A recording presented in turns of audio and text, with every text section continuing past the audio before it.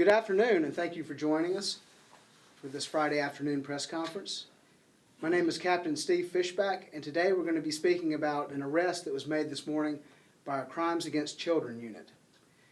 This is an unfortunate case where a member of our community used his role as a church leader and a soccer coach to prey on innocent young boys. Here to speak with us more about this is Lieutenant Ivy of the Special Victims Division. Lieutenant?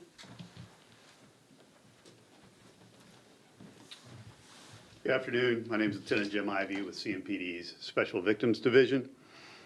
This morning, members of CMPD's Crimes Against Children unit, with the assistance of the Independence Division, arrested Benjamin Dameron and charged him with 9 counts of indecent liberties with a child and 1 count of sexual battery. Mr. Dameron was arrested at his home in the 3200 block of Old House Circle, which is in the Independence Division. We know of 3 victims at this point in the investigation, and all 3 are teenage boys. 1 victim is now older than 15, so that's why there is 1 charge of sexual battery. The suspect, Mr. Dameron, met all of these victims in his role as a church youth leader. He used his position to take advantage of them and to sexually assault them. Mr. Dameron was known by his victims and their families. But I think it's important to note that until today, Mr. Dameron did not have any criminal history in the state of North Carolina and no criminal history at all that we are aware of. Our investigation into these cases began on Wednesday when the Crimes Against Children unit received 2 separate reports, both of which listed the same suspect. Through our initial investigation, we were able to identify 3 possible victims, and we quickly scheduled them to be interviewed, forensically interviewed, at Pat's Place Child Advocacy Center. Through information obtained from these brave young men who came forward to tell their stories, detectives developed probable cause to charge Mr. Dameron with the 10 offenses. We're still in the very early stages of this investigation. We're only 48 hours in. But we wanted to bring this information to the public because we believe that, unfortunately, there are likely more victims out there. We have so far identified 4 organizations where Mr. Dameron has been a youth leader or coach. These are Elevation Church, Mercy Church, Southbrook Church, and Soccer Shots. We have notified all of these organizations, and they are cooperating in our investigation. We've also identified that these incidents occurred not only in Charlotte, but also in Matthews and in Union County. And our detectives have been in touch with detectives from the Matthews Police Department and the Union County Sheriff's Department to coordinate in this investigation. If there's anyone who has been victimized by Mr. Dameron or knows someone who has, we ask him to please reach out to us. You can do so by calling our lead detective, who's Detective Brennan, at 704-353-1940, and understand that we will not only conduct the criminal investigation, we will also provide resources and give referrals to survivors and their families in these terrible situations.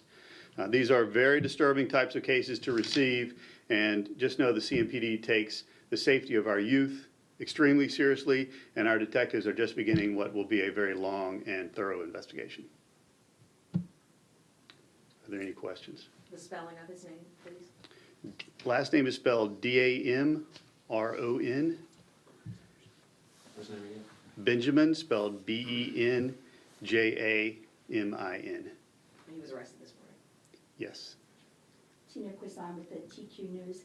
By chance, do we know how long he may have been having contact, and will there be some type of photo in case other community members want to double check that their child, with these allegations out there, whether or not there's any concern? There certainly will be an arrest photo today after he's booked into the Mecklenburg County Jail. He is there right now getting processed in. In terms of a time frame, I can't give an exact time frame.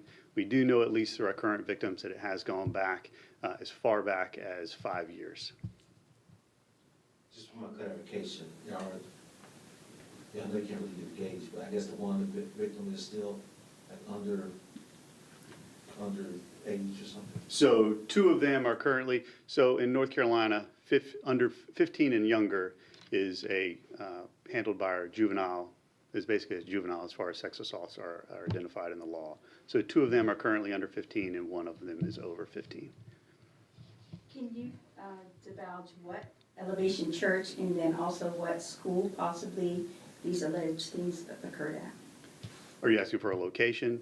So the locations we've identified so far have been at parks, and these are instances where he was bringing victims that he was already known to the park, not that he was there looking for victims, and also at his residence. We're still trying to work through exactly all the locations where this might have happened beyond that.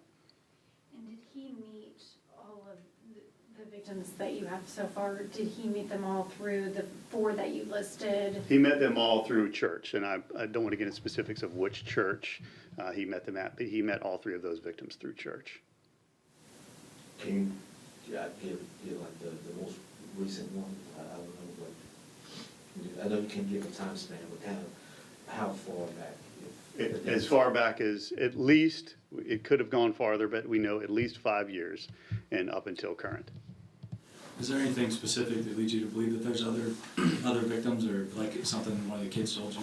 Unfortunately, the pattern of how these occurred are way too common in situations such as this, where you have someone who is a part of a youth organization and using that position to prey on young children. And we know that it's happened over a period of time, and that until this week, they didn't among themselves know that this was all occurring to other people. It leads us to believe that based on the pattern, unfortunately, that this probably means there's more victims out there. Can you speak to anything as far as what switch sort of flipped with these parents and these children that made them come forward? I don't know what led the individual kids to come forward. They are extremely brave to do so, and I applaud their bravery and their families' bravery to come forward and report these incidents. I would hope that any parent out there would have tough conversations, thorough conversations with their kids, just to understand that how important it is to report something like this that happened. Is there a special place that's giving some counseling in case a parent or, some kind of suggestions if they have a concern, or if they find out maybe there is a concern, and some support or counseling out there? So when they report to us, all of our cases, crimes against children cases, juvenile abuse cases, whether physical or sexual abuse, are investigated with our partner agencies in a multidisciplinary approach. So through our partner agencies, primarily Pat's Place Child Advocacy Center, we ensure that all our victims are provided ample resources in order to be able to get through and overcome the trauma that they have received and when things like this happened. And our main goal when we're dealing with young kids is to ensure that they are not re-traumatized by the investigation. So they tell their story one time and then they receive the support that they need. And what's the name of it, Pat's? Pat's Place? Can you tell us the capacity that he worked in at Elevation, Mercy, Southbrook, and Soccer Shots? Was he in currently working? So I don't really want to speak for those organizations in terms of how official or if he was volunteer. We just know that he was involved as a leader amongst youth organizations in those 4. Can you say he was a drummer at the Elevation Church? Is that? I don't know that, sir. Have those groups been cooperative with you all? Absolutely. And have you reached out to them? Yes, we have reached out to all 4, and they are all very concerned and very cooperative as well. As I said, he had no criminal history, so he has nothing that's going to come up on any kind of a background check. What are you asking of the churches right now? Really, there's nothing in terms of getting into specifics of that. I don't want to get into exactly what we would need the church to do, but other than make them aware so that through their own channels that they could ensure that there's nothing there that they're missing that they could provide to us. What was his current role recently, like from his job or anything? I don't know what his actual employment was. And what is it? Was it one of those 4 where he met these 3? I don't know what his actual employment was in terms of where he got his paycheck from and that sort of thing. What did he say this morning when he was arrested? Did he say anything? He did not want to speak with detectives this morning. How I mean, you said this is disturbing. It's kind of obvious why, but can you elaborate?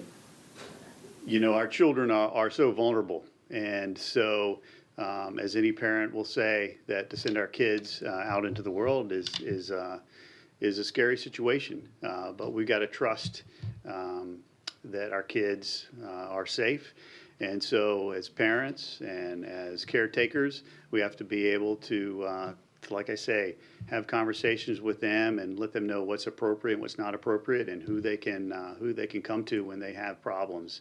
And so when somebody abuses the trust that parents and kids have put in them, it just makes it extremely disturbing.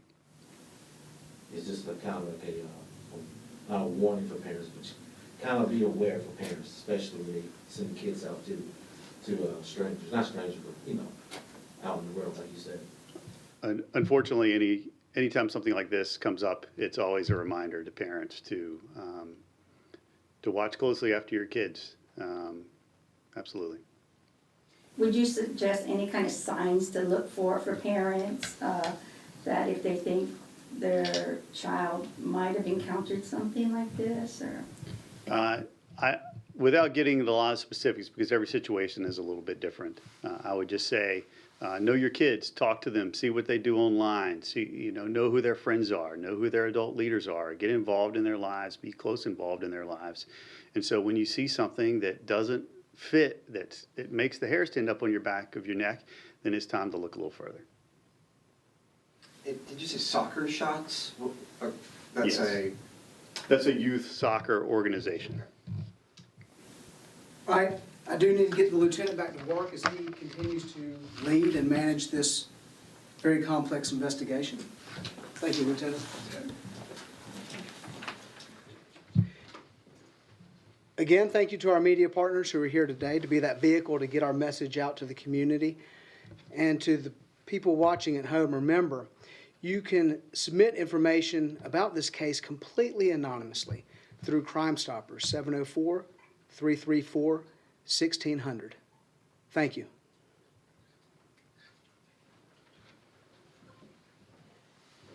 I guess the question I would have asked, is it only